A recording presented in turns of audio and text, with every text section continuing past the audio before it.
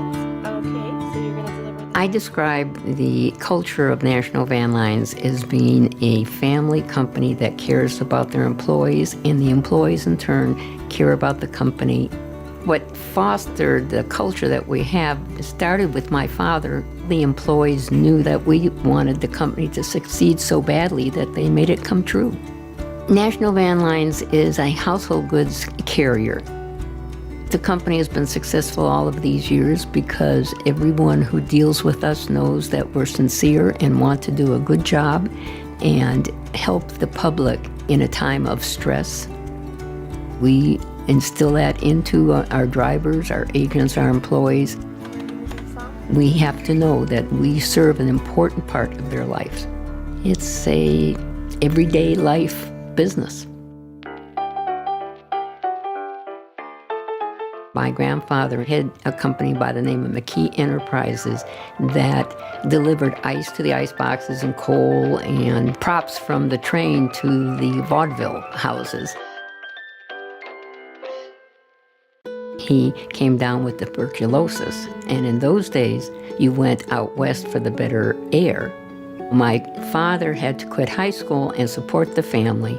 My grandfather made it through the tuberculosis and actually lived to be 85 years old. In 1929, my grandfather then decided to come back to Chicago and start National Van Lines. My father remained in California and went into the entertainment business, and he was billed as romantic Irish tenor because he had a beautiful Irish tenor voice, and he was in the movies, not in starring roles, but in the first Desert Song and in movies with Shirley Temple. And at that time, there were only 3 people in the office, which was Grandpa, my mother, and my aunt. So Dad decided that he needed to come back and help his father. He became president of the company in 1942. We always say he came back temporarily and stayed for 67 years. The company came to me when my father passed away in 1993 at the age of 91. I became the chairman and CEO, and I worked side by side with my brothers. In those days, it was quite something for a woman to be a CEO of a transportation company. The family values at National Van Lines really are a result of Maureen's authenticity. She talks about family values, but I think it's true. I think it really is who she is, and I think it comes through to the employees. They have always treated me like family since I started here more than 20 years ago.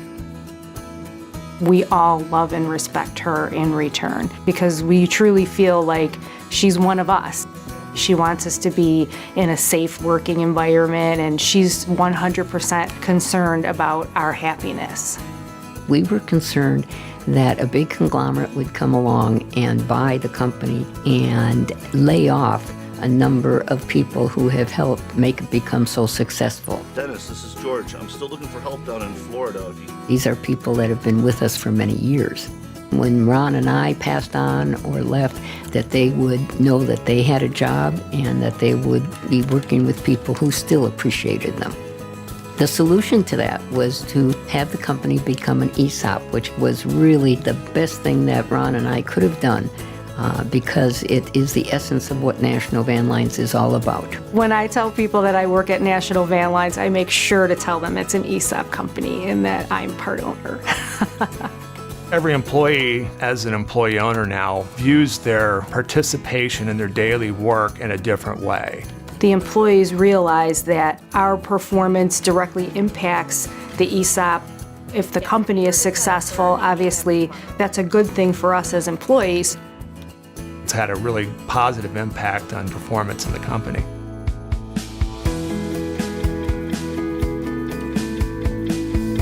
After I'm gone and Tim Hellenthal, who is my successor, takes over, I want to see National Van Lines become even more successful than it has been in the last 25 years.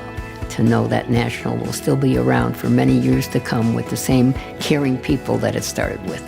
That would make my life complete.